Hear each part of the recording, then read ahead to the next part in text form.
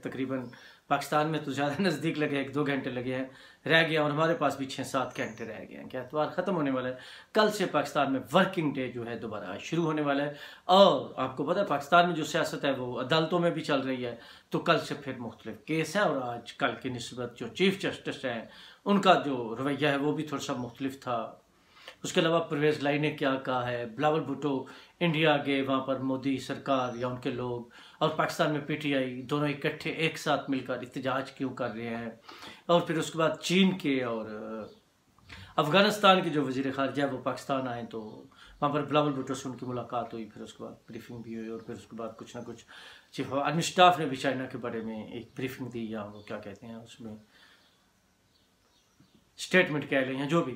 उसके साथ जो इतने अहम यहाँ पर भी मामला चल रहे थे, तो जो वज़ीर-ए-आज़म पाकिस्तान है मियां शहबाज शरीफ साहब, उनको यहाँ रहना चाहिए था, लंदन नहीं जाना चाहिए था, लेकिन वहाँ पर भी चले, वो ताजपोशी थी और वो मुख्तलिफ लोग कह रहे थे भाई वो पंडित वो पादरी कह लेते हैं, वो कपड़े पहनना, वो हज़रत दाऊद का जो पत्थर है उस पर जिस तरह वो बैठा कर वो होते हैं, लोगों को बताने के लिए, समझाने के लिए एक तरीका कार होता है। हालांकि मॉडर्न स्टेट में भी ये वो चलता है, मतलब मुख्तलिफ चीज़ें। तो मेरा बात करने का मकसद है कि वो उनकी वो जो ताजपोशी सी थी, शाही तकरीब थी, उसमें वो शिरकत करने के लिए भी गए। और ज़ाहिर बात है जब वो लंदन जाते हैं तो मियां नवाज शरीफ साहब जो लंदन है तो उसमें भी बेशुमार और सी चीज़ें आती हैं, नया क्या चल रहा है, क्या होने वाला है, क्या हो सकता है, और पाकिस्तान में क्या पोजीशन है, क्या अगले हफ्ते में या कुछ दिनों में अगर यही सूरत रहती है तो अगर क्या शहबाज शरीफ नाइल भी हो सकते हैं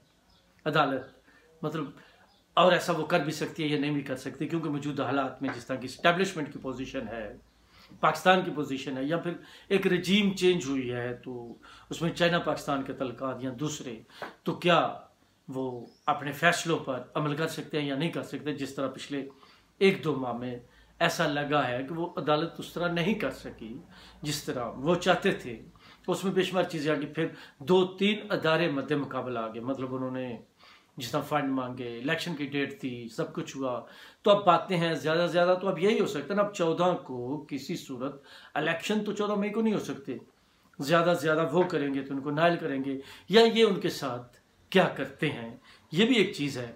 तो इस तरह की बेशुमार चीज़ें चल रही हैं।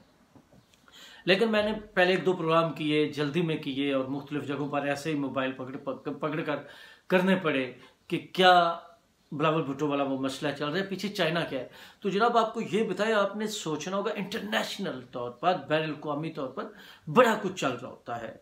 मतलब कभी देखे ना 2014 में भी मिसाइल थे, हम कह रहे थे कोई न्यू वर्ल्ड ऑर्डर आने वाला है, डेमोक्रेटिक की जगह पर वो रिपब्लिकन आने वाला है, मतलब ट्रंप आता है, फिर इधर से इमरान खान लाते हैं, उधर से मोदी आता है, वो एक डिफरेंट किस्म की वो सोच हमारी नज़र में, हम कहते हैं वो अक्सर बोंगियाँ भी मारते हैं, लेकिन उसके साथ साथ फिर वो हार जाता है, फिर डेमोक्रेटिक आ जाता है रिपब्लिकन के बाद, और यहाँ पर भी रिजीम चेंज होती इस तरह की होती है, लेकिन जायज़ तरीके से होती है कि कौमी असम्बली से अदम एतमाद की तहरीक पेश होती है। लेकिन क्योंकि वहाँ पे ऐसे लगता है पाकिस्तान में जो हमारी इस्टेब्लिशमेंट है, एहसास इदारे हैं, जिसमें दूसरे भी इदारे, ज़ाहिर बात है जब एहसास कहेंगे तो वो भी आपस में डिवाइड है, तकसीम है, तो एक साइड इमरान साहब की तरफ होगी, एक साइड दूसरी तरफ होगी, और बिल्कुल जिस तरह वज़ीर आज़म के प्राइम मिनिस्टर के इलेक्शन चल रहे हो, इस तरह की हमने पिछले काफ़ी महीनों में वो जंग भी देखी। चीफ ऑफ आर्मी स्टाफ लगने के लिए छुप कर पहले भी होती थी, लेकिन इस दफ़ा सरेआम सियासी जमातों में नज़र आ रहा था कि यानी उसकी ही हुकूमत रह सकती है, वही वज़ीर आज़म रह सकता है जिसकी मर्जी का चीफ ऑफ आर्मी स्टाफ हो।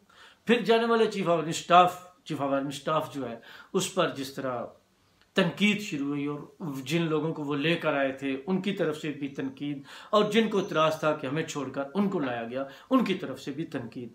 यानी अगर देखा जाए तो शायद ही कोई सियासी जमात हो जो साबिक चीफ ऑफ आर्मी स्टाफ कमर जवेद बाजवा के खिलाफ बात ना करते हों, तनकीद ना करते हों। तो ये भी वक्त की बात होती है। लेकिन उसके साथ आने वाले वक्त में फिर ये भी लोग कहते हैं जी जितनी अब खुलकर एस्टेब्लिशमेंट के साथ बातें हो रही हैं वो पहले कभी उस तरह नहीं हुई हैं।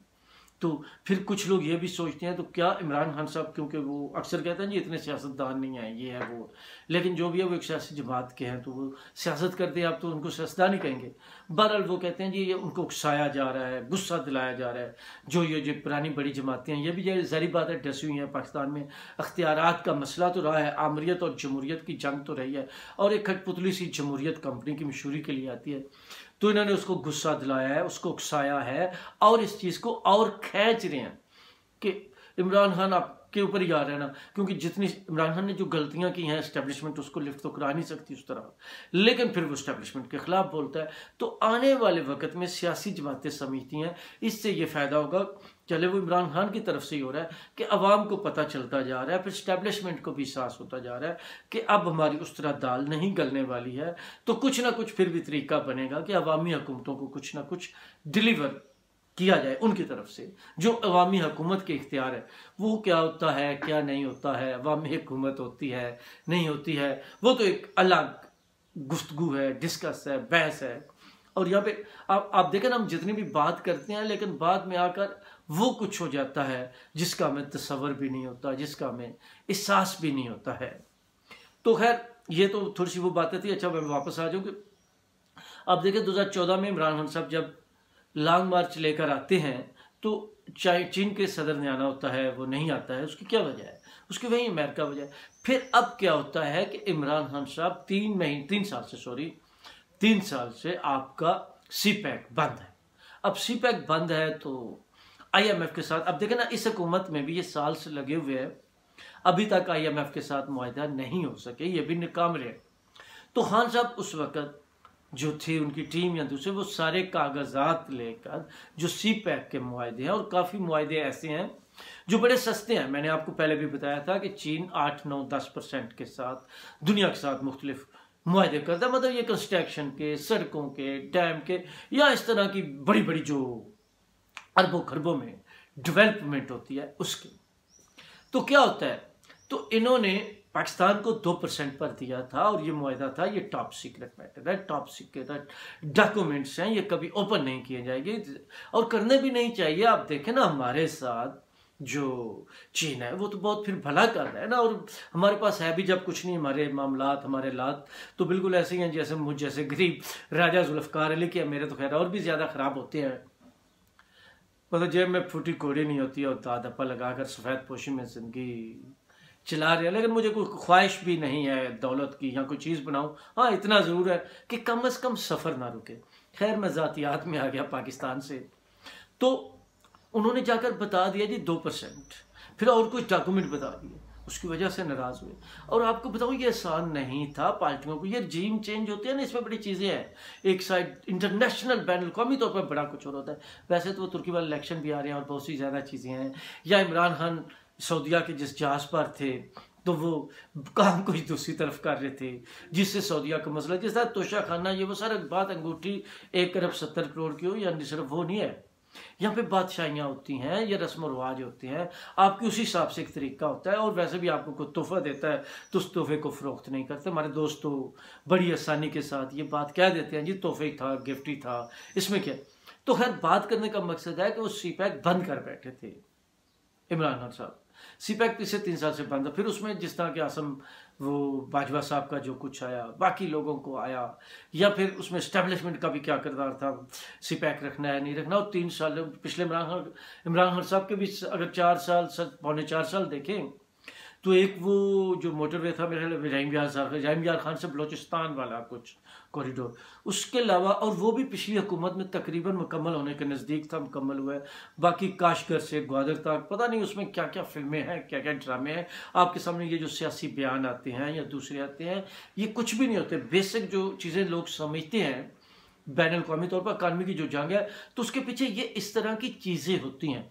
आप देखें ना, अब चाइना है, इंडिया है, उनके भी सरहदी तकाज़े हैं, मसले, लेकिन चाइना उनके साथ भी काफ़ी चीज़ों में सुलह भी चाहता है। और वो क्यों चाहता है? वो इसलिए चाहता है कि इकानमी की जंग है। सर आप लोग दुनिया पे जंग लड़ रहे हैं, अभी दुनिया पे सरहदों पे हमारे मसले हैं, लेकिन रूस, चाइना, अमेरिका या कुछ इनकी तो चांद और मरीख उससे आगे की सर जंग है, वो उसकी आगे की दुनिया का सोच रहे, वहाँ पे हिसाब किताब लगा रहे हैं। हमारे आपस में हिसाब किताब नहीं लग रहे कि हमें रजीम चेंज करके रूस के साथ चलना है, चीन के साथ चलना है, अमेरिका के साथ चलना है, या बच बचा कर चलना है। और दूसरी तरफ से मैं जैसे कह रहा था कि एक अच्छी बात है, लेकिन बड़े अरसे के बाद के ईरान और सऊदीया के साथ भी तल्लुकात कुछ बेहतर हो रहे हैं।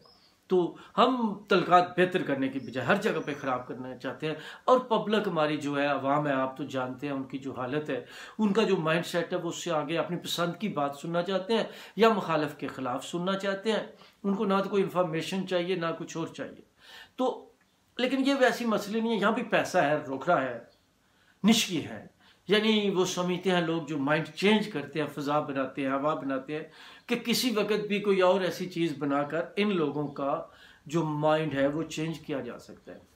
बहरहाल ये, उसके अलावा आप देखें ना, परवेज़ लाई साहब इस्टेब्लिशमेंट की रियलिटी हैं, अभी तक भी वो सदर PTI के बन चुके हैं, लेकिन वो कमर जवेद बाजवा हो या फैज़ हमीद हो या कोई और, खुलकर उनके साथ उस तरह बात नहीं करते। हालांकि उनके साथ जो मौजूदा इस्टेब्लिशमेंट है, इतने मेरे ख्याल में मामला अच्छे भी नहीं हैं, लेकिन और इस तरह की वो बातें कुछ कर रहे थे आज।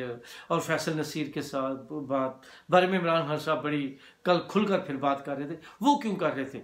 असल में यहाँ भी प्रॉब्लम है ना कि बिलावल भुट्टो इंडिया गए हैं, चीन का मसला है, फिर चीन के वज़ीर ख़ारिजा आए हुए थे, फिर आज एक बड़ी वो वीडियो चली, वो क्या कहते हैं उसको, वो जो ताकि साहब वज़ीर ख़ारिजा आए हुए थे अफ़गानिस्तान के। तो वैसे बिलावल भुट्टो का ज़हन और माइंड तो आपको पता है, दहशतगर्दी और बाकी चीज़ों या वहाँ की हुकूमत के बारे में क्या है, उसमें मतलब मैं हवाले से बात कर रहा हूँ, डायरेक्ट इस हुकूमत को उस तरह इस वक्त मैं नहीं कह रहा। तो उसकी जो वाक की पिक्चर चली वो भी बड़ी वायरल हुई, उस पर बड़ी बात हो रही है। तो इमरान खान साहब को ये चीज़ें भी परेशान कर रही हैं कि इससे क्या होगा, कि क्या कल आप समझ रहे हैं ना कि बिलावल भुट्टो साहब प्राइम मिनिस्टर तो नहीं बन रहे। अच्छा, उसके साथ साथ टाइम काफ़ी हो गया है, फिर करेंगे, लेकिन कल से मूसा रजा गिलानी साहब और फवाद चौधरी साहब की जो एलिया है, बीवी है, वाइफ है, उनकी एक पिक्चर आई तो लोग उस पर बड़ी बातें कर रहे हैं। पता नहीं फवाद चौधरी साहब वो क्या कहते हैं, पार्टी छोड़कर जा रहे हैं, उनके साथ रखते हैं, ये है वो।